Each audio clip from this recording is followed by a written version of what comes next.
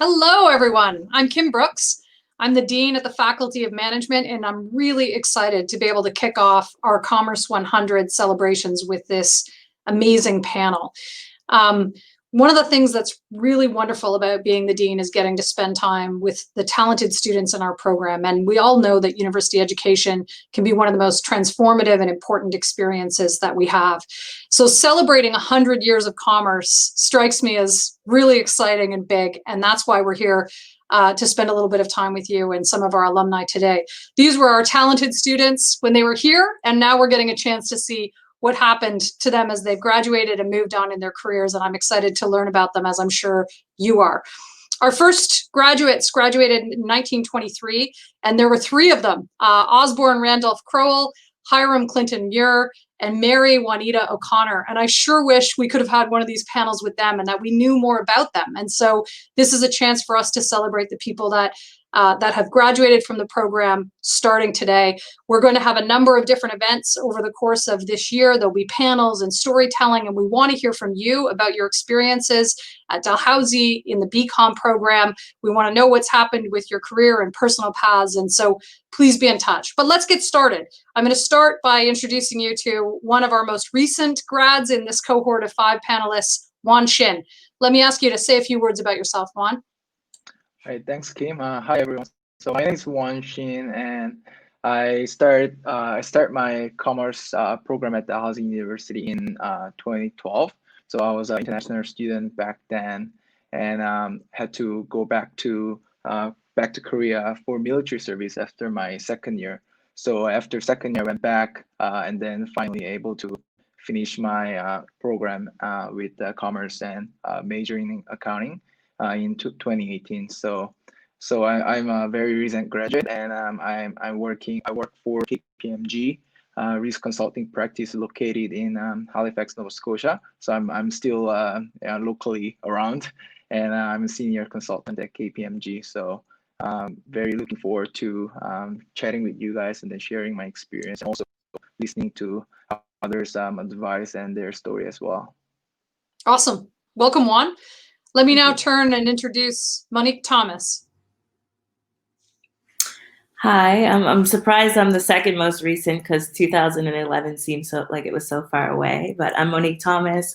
I was born and raised in Nova Scotia. I'm African Nova Scotian.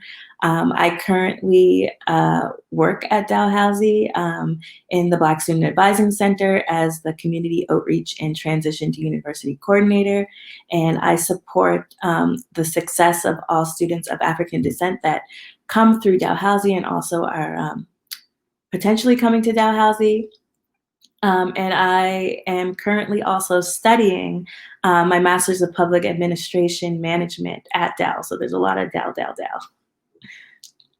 Thanks. I love it. It's kind of a sign that you can never leave once you get here, right, Monique? Yeah, awesome. All right, I'll turn it to you, Darren Collins. Thank you, Kim. So Darren Collins completed a Bachelor of Commerce in Finance, 2008, 2009 vintage graduate. Definitely an interesting time in the world, not completely dissimilar from today, but progressed in my career to work in corporate finance and investment banking, doing equity, debt financings, mergers, acquisitions, both in Toronto and in the United Kingdom. I worked in the City of London for an investment bank there. After gaining that practical experience in various banks and advisory firms, progressed to be a principal investor, and have had a good track record of building companies in a number of industries, and currently serve as a director and chief financial officer of a corporation my business partners and I are currently taking public. And I'd like to say thank you for Dalhousie for putting this together, and very excited to be involved in the discussions here today. Thank you. Cool. We're excited to have you, Darren. Glory Meldrum. Hi, everybody. So nice to be here. I'm old, so 95, vintage, like a rare wine. I am from a little place called Miramichi, New Brunswick, and went to Dal back in 95. I currently have lived in Edmonton, Alberta for the past 26 years, and I have been an entrepreneur since I was 23 years old is when I started my first company, which is G Squared, which is a marketing, business communications, strategic firm. We do stuff all around the world. The other really kind of cool thing that is different about me is that I'm the founder of Little Warriors and the Be Brave Ranch. So I built the first treatment center that is trauma-informed and research-based for kids that have been sexually abused in the world. And that's really, really exciting, that kind of entire project. And I'm also an author and a keynote speaker, and I have 4 beautiful kids, and I'm also a cancer survivor too. So I'm working on my second book, which is all about that journey, which was another interesting one. So that's a little bit about me. I'm kind of a entrepreneur, but like half social.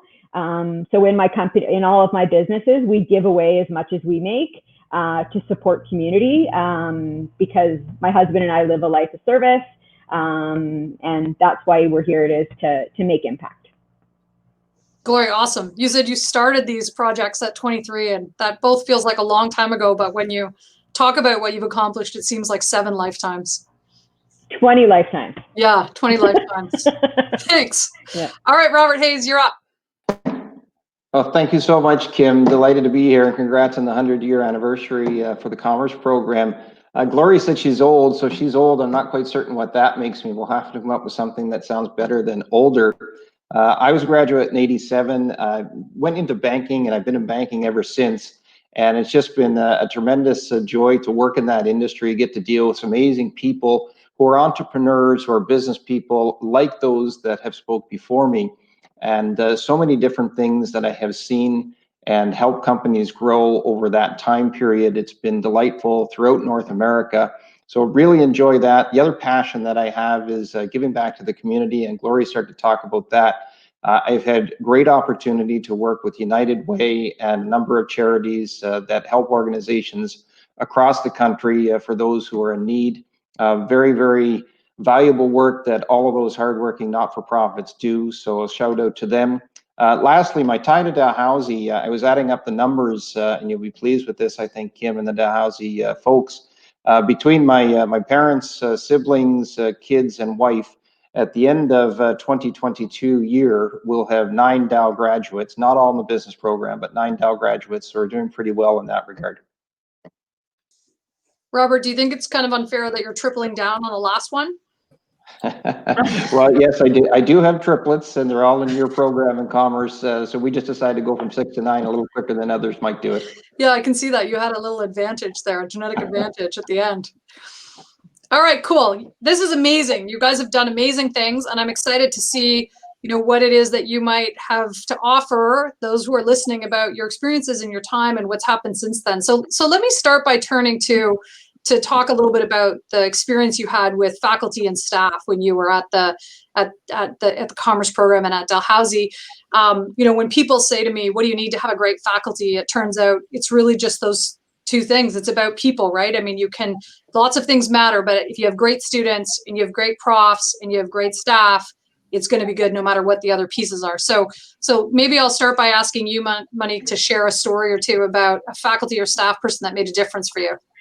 Yeah, so someone who stands out for me is a faculty member who's not actually who wasn't in the Commerce Program. So Barb Hamilton Hinch, she's actually a professor in the Faculty of Health. But when I came to campus, she was someone who was somewhat of a mentor for me and still is. And being African Nova Scotian, having graduated from Dalhousie, I was one of few in the program. So she made me feel very empowered and a sense of belonging on campus, introducing me to other students like me. And she also was my key point person to go to give me general institutional knowledge and where to get certain advising and help from. So I guess the biggest lesson she taught me was really the confidence of being on campus, especially in my first year. Cool. What an important lesson to have, right? I mean, one of the things that is so obvious for so many students in their first year, and I see Juan nodding, is that uncertainty about, is this for me? Do I fit? I don't know. Juan, do you want to jump in on that? Yeah, sure. So first year I was an international student, and when I graduated, I was still an international student. But first year was very challenging for me, as English is my second language, and I was afraid of talking to people or like writing essays or reports. So there was a program called International Student Support Program. So it's a ISSP. Now, back then, I was kind of like the first student who joined and was able to receive the support from that program from Professor Linda McDonald. So from that program, I was really encouraged, and then I was able to be active in community at Dalhousie University, and I was not afraid to speaking to in front of people or talking to professors. So I think that the first moment was kind of big memory in my mind and my memories. So.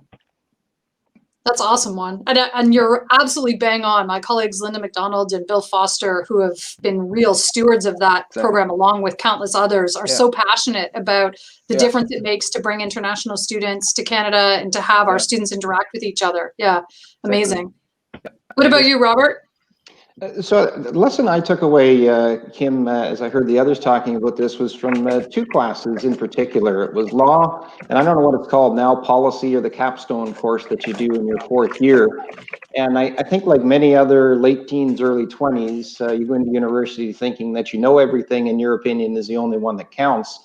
And what I really took away from those courses was the ability to listen and to appreciate and understand other people's perspectives. Didn't necessarily have to agree with them all the time, but to gain a method, I guess, of learning and growing through that process. And those two courses in particular were really, really good because of all the debating and discussions that you did throughout. So a great lesson to take away that I've held with me since.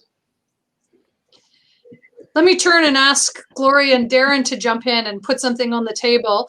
Can you think of a kind of signature moment that you had in your program, a prof, a class, kind of experience, a peer that sort of stands out as being particularly important in the choices that you made when you graduated? Please go ahead, Gloria.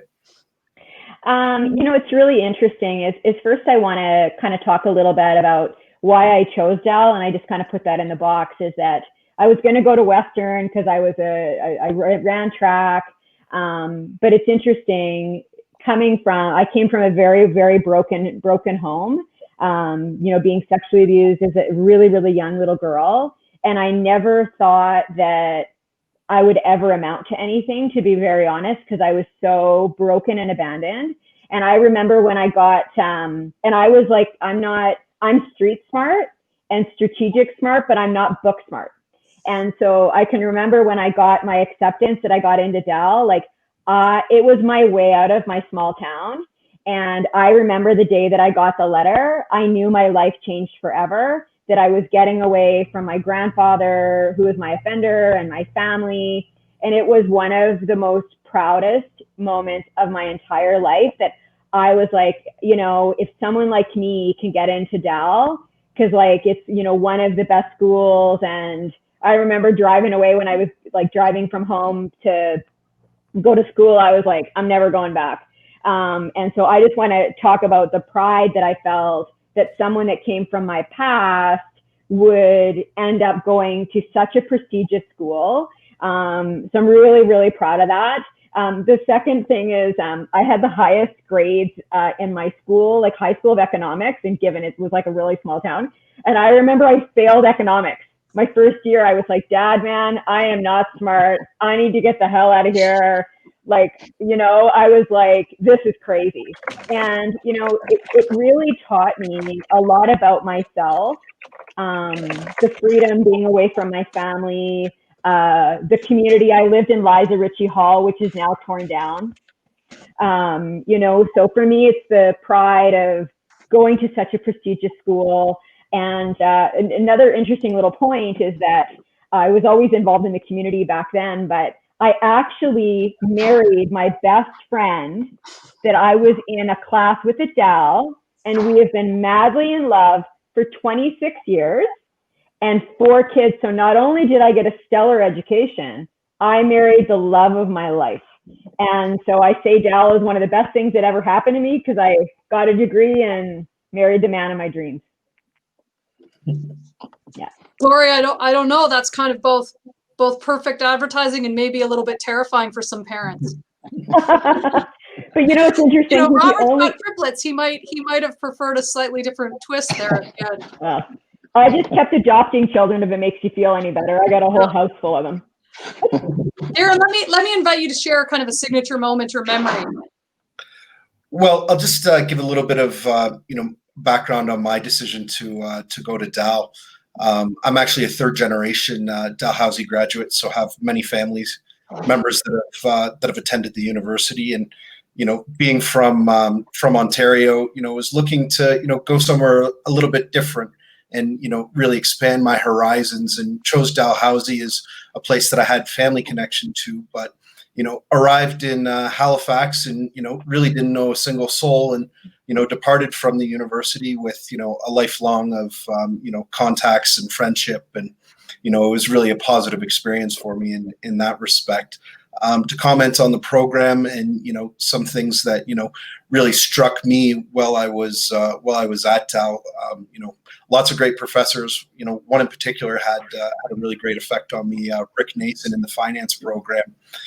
It was actually an MBA level class that 4 commerce students were permitted to participate in. It was advanced corporate finance, case study, about financial challenges that corporations face, and really it was groups. So, working with people to address and, really, come up with solutions to, practical issues, whether it was debt problems, whether it was, revenue, whether it was governance, so, a whole, multitude of issues that, corporations financially face.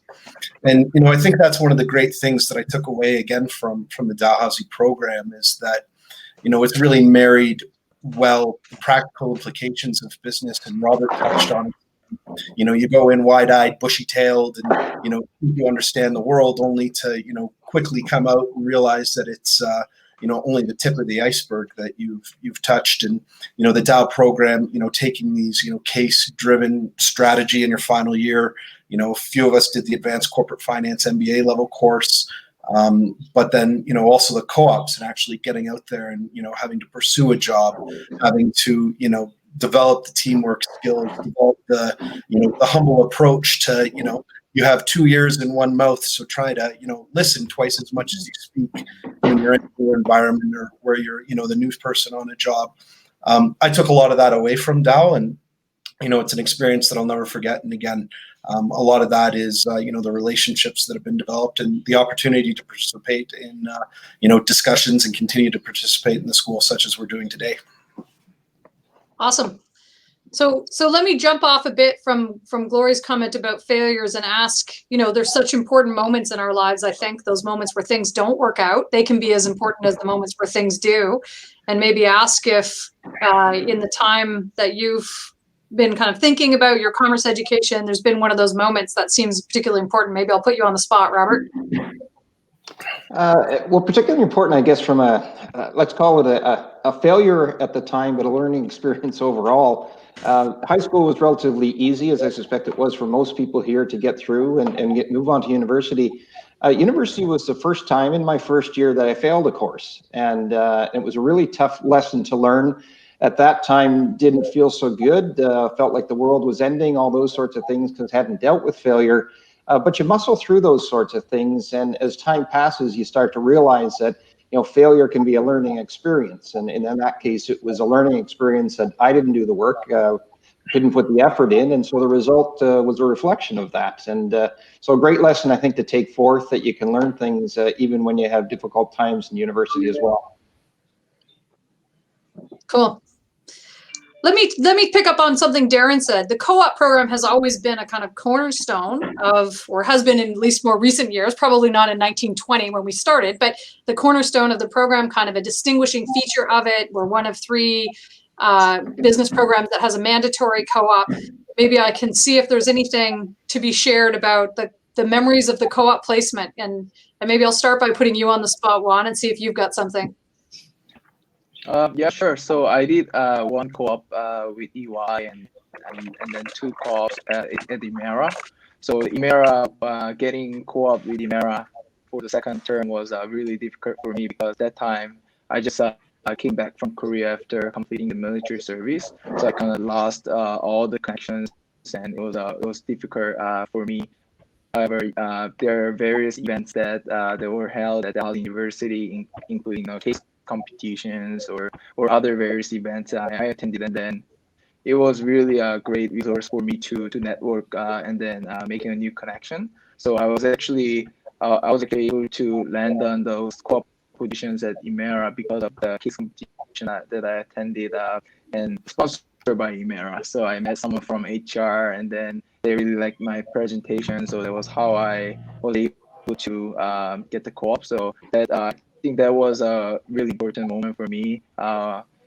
Who was really worried about finding co-op after coming back from the break and trying to build the new connections. But because of a lot of help and great resources at the Housing University, I was able to find a great job. And then, although I'm not I'm not working at Emera right now, I'm still doing the same thing that I did at my co-op experience. So the co-op experience really enhance my skills and ability to actually go to work in the rear industry and improve myself as well. It's a great experience.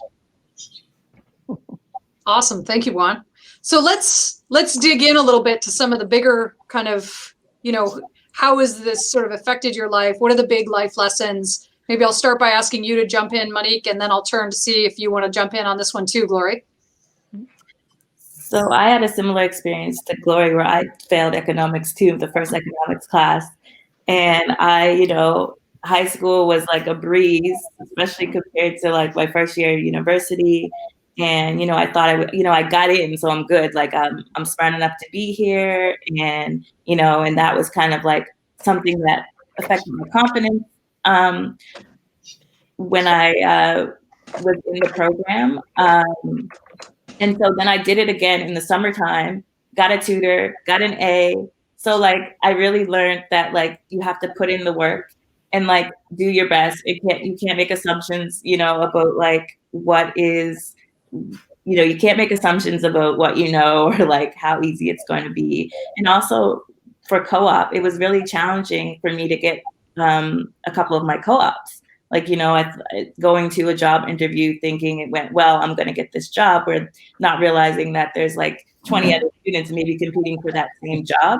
So having to learn to deal with rejection, which is something that, that was really my first experience dealing with rejection, because as a teenager in high school, what was rejection? It wasn't the same thing. So those were my biggest lessons.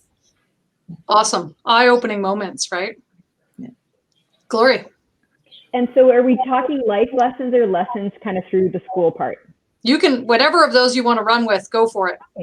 I think that a couple of things for me, I realized at Dalhousie when I went to school and I got in, like, because I grew up being told I was nothing my whole entire life, that when I got to Dal and after failing economics, I think I passed by the end of it, but I was like, you know what? I can do anything. It doesn't matter what my friends have said. Like, it gave me that boost in confidence. And I really in university started to really discover who I was. And I think moving, from that, and I didn't even stay to get my diploma. I was like, I'm going to beat all the people out west so I can get a job right away. So I didn't even go to grad. I was like on a plane with my husband, as of now husband, and came out here, and I was never meant to work for anybody. I'm much too eccentric. But I think for me, a couple of the lessons is, and I have two tattoos. You probably can't see them, but one of them is surrender. Okay, where's the thing? And then the other is warrior. And for me, I've learned in life that we've all got that fighting spirit and that resiliency, whether we fail a course, we get back up and we try it again, is that there's that warrior spirit in all of us. And on the surrender side, and I really learned this through my journey with cancer. And like 3 years ago, I almost died. I had no signs, no symptoms. I almost didn't make it. Is that really what I've learned in my life is surrender, is that we can control our own reactions to situations, but in the end, we don't have control over our health or COVID, and learning what it is to let that go and just live in grace and love and authenticity and vulnerability is to really shed that, all of the crap that some of us grew up with. You know, that's some kind of major lessons. And just the other one is like, honestly, and I'd say this to anybody going to school, is like, when you get that little whisper, and we all know what it is if we're tuned in. And I remember when I took my first marketing class, it was Professor Crilly. I don't know if he's still there. And I remember as soon as I took that marketing class, that was it. Absolutely, that's what I was going to do for the rest of my life, is that, you know, listen to that little voice inside that is trying to guide us, because it's never ever done me wrong, whether it's starting Little Warriors or being an author, any of those things, because I really do believe that we're all here to serve and make this crazy world a better place than when we all got here, especially us vintage people like Robert and I. Vintage, I like it. Like fine wine. I like it. So building from the shared experience of having failed economics, which is creating a kind of community of its own way in this group. Let me ask a bit about community and the experience of community, and maybe I'll ask Robert and Darren to talk a little bit about that from their perspectives. Sure. So I'll kick it off. And vintage, I like that better than old, by the way, Glory. So thank you so much for that. From a community perspective, Dal and the community was a ton of fun. And when I think of community, I think of the extracurricular activities. And I don't know what it's like now, but I hope that the students get to experience some of the things that I did. The Student Union building was a very active place relative to events and what have you that they did, particularly on the weekends. And it was a real gathering place for the students, great opportunity to meet across faculties, and of course, go with your business partners. But that was a ton of fun. We had great sports teams at Dal at that time, and I was always there to cheer them on when they were playing arch rivals like St. Mary's and others. But what probably got me in the most trouble when I was there was the old Commerce House that Glory might remember, but others may not. It's long torn down now. But if you scheduled your classes right, Friday was a free day, if you will. And so Thursday, you ended at about 1 o'clock, and at 2 o'clock, headed to Commerce House, where we started what was called Weepers. And Weepers consisted of, I think it was a buck of beer, if I remember correctly, talking about the week and how much you learned. I'd like to think it was just that, but it was probably different conversations. And it started the weekend off in a great note, and you kind of went from there. So we certainly were involved, but our week did end Thursday at 2 o'clock. That was firm. What about you, Darren? Over to you, Darren. Yeah, thank you.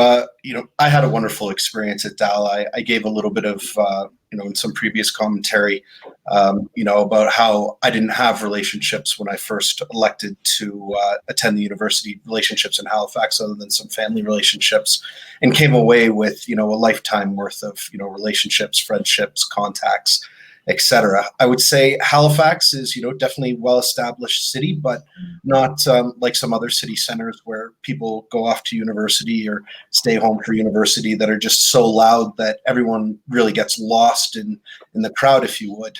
You know, Halifax has, you know, very much a community to it, and the university as well, where, you know, on campus or, you know, around the city, you will see people that you're attending class with that, you know, everybody, you know, or, you know, certainly a good contingent of people go to the same places as Robert was mentioning on, you know, Thursday or Friday night. And that's really part of the community that facilitates the relationship building over time when, you know, you develop these relationships through various, you know, shared activities. Certainly sporting events at Dal were great. You know, the diversity of the community within Dal and Halifax represented, you know, very much so by the, you know, people that are here on this call with, you know, different backgrounds, different ethnicities, you know, living in different places with different experiences and different paths.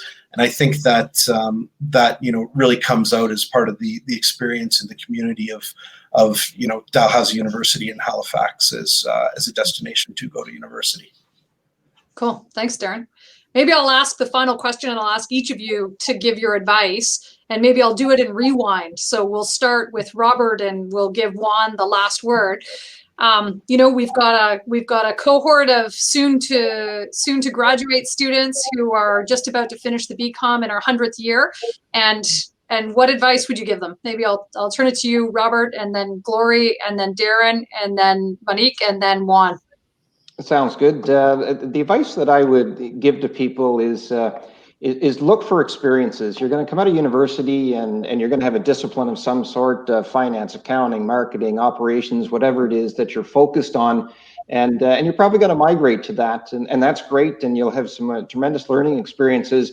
But I would encourage people to quickly step outside the box of their expertise and gain some of those life experiences by doing things that you maybe even didn't think of when you're going through university with your discipline. And I think you'll really grow as a person as you do that, and it'll help accelerate your career and whatever you choose to do as well. Vintage number 2 is up. Vintage number 2. Yeah. Vintage is not a bad thing. My advice to grads is that you can do anything. Honestly, like the fact that I, got out of my small town, I've been through all the things that I've been through, I got to go to a beautiful school, became an entrepreneur of multiple businesses at 23 years old. Like we can do anything. It doesn't matter what our past is, the stuff we've been through, the obstacles. We've just got to be focused and resilient and really believe in ourselves. Because no matter what, honestly, that's one thing that I've learned is we can do anything. And that's really how we change the world. So my message is that you can do anything you want, and listen to the whisper and follow your purpose in life, and things will be beautiful.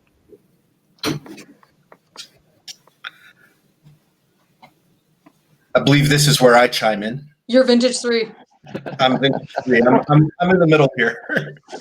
So, looking back at when I graduated from Dalhousie, 2008, 2009, very uncertain times in the world given, financial crisis. Here we are, doing this panel in the middle of, a global pandemic, COVID. And, I'm sure a lot of graduates, have, apprehension. They feel uncertainty on what's happening in the world.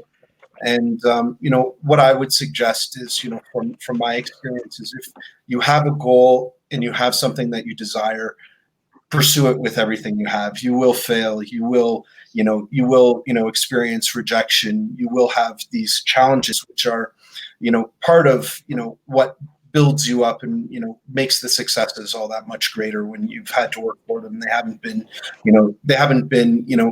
the easiest to obtain. So I would say, stay focused, pursue what it is you desire with everything that you have. You don't necessarily have to be, the smartest person in the room, but, if you're dedicated and focused, generally you will achieve what it is you desire. In terms of, final thoughts, I would say, don't be afraid to take risks. Glory mentioned, becoming an entrepreneur at a young age. These things all involve risks. It's, risk of, your profession, your development, your time, your compensation, all these things. But, don't be afraid to take those risks, because you'll find that when you take risks and you take good risks, you make smart decisions, that what results in rewards and fulfillment in your pursuits and your desires. So I would say there's no better time to take risks as, being a fresh graduate out of school. So, why not? To follow that, I guess, don't compare your experience to anybody else's or your journey. So speaking from experience, I didn't land a job I loved right away. I had to work retail for a few years before I really got something. And I was doing small contracts and volunteering my skills just to keep fresh and my resume up to date. And my marketing and communications career didn't really kick off until I got a job, a random job doing credit collections. And my employer seen that I had a marketing degree and some experience. And it just so worked out that the the marketing coordinator left soon after I got that position, and I was able to take over that role. So I guess my message is really like, sometimes it's about like getting in the door and not really getting in the seat that you want right away. But just like making, wherever you are, making it aware of making people around you aware of what you want and what you can do. Juan, you're like there's a type of wine like a Beaujolais Nouveau that gets released in November and it's very young and you have to drink it right away. You're like that. You're like that on this panel. So you're up. Really big pressure, great lessons from everybody. So I say that people who are students who are on co-op right now, or who graduate, who already know what they're going to do or where they're going to work in the future, for them, I'd say that don't be afraid that don't be afraid to show that you don't know something, because it was kind of my mistake and I regret it, because I always want to show that I'm a knowledgeable person and I can do anything and I know everything. But if I think back now, it's almost impossible and everybody knows it. So feel more comfortable to accept what you don't know and then try to ask and try to figure out things that you don't know. So, and that will really help for your career path and in the future as well. So that would be the piece of advice. And people who are unclear and unsure what they want to do in the future, I'd say that reach out. There's great resources. There are the alumni or LinkedIn connections, everything. People who already went through those graduate and then universities want to help you. So please reach out to anyone and then ask about what they do for work and what's the advantage, disadvantage, or why they like the work. Just trying to figure out many different options, and at the end you'll be hopefully be able to know what you want to do. But don't be afraid to reach out, and people who are already in the industry, they want to help you. So I think that's kind of the message I want to share with students. Awesome. Thank you, Juan.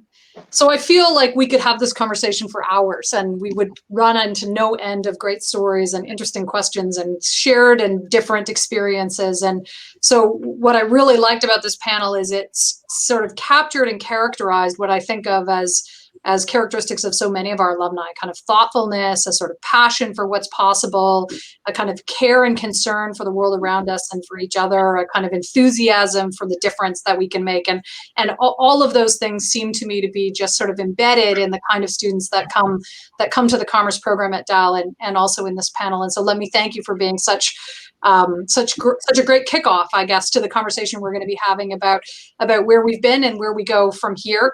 I'd like to thank also the folks who are backstage from the Faculty of Management, kind of pulling this all together so that we get to spend a bit of time with you without having to think about all of those details. Special thanks to Karina, our fantastic interpreter. And we want you to be part of this. This is just the start. So participate in events, stay in touch with us on social media or email. Reach out to us and let us know how you're doing, what you're up to. Tell us about your time at Dal. Let's take a moment to reflect and reminisce together and donate to our COM 100 fund. We're going to use that as a way of supporting great students like you once were and alumni like you now are. And so many thanks to everyone for being part of this. And I look forward to continuing the conversations. Thank you so much. Thank you. Thank you.